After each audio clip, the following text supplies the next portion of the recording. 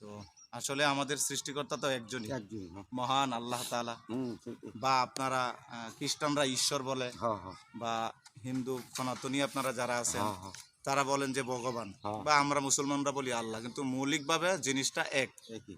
এবং আমাদেরকে আমাদের মালিক এক ক্যাটাগরিতে সৃষ্টি করেছেন। যেমন এই কথাটা আপনার গীতাতে আছে, সবখানে বেদে আছে, আছে, সব আমার কোরআনে আছে, খ্রিস্টানদের বাইবেলে আছে। অবশ্যই। আমার কোরআনে যেমন এরকম আসছে, ইয়া আইয়ুহান নাসু উবুদু রাব্বাকুমুল্লাযী খালাকাকুম ওয়াল্লাযীনা মিন ক্বাবলিকুম লাআল্লাকুম তাত্তাকুন।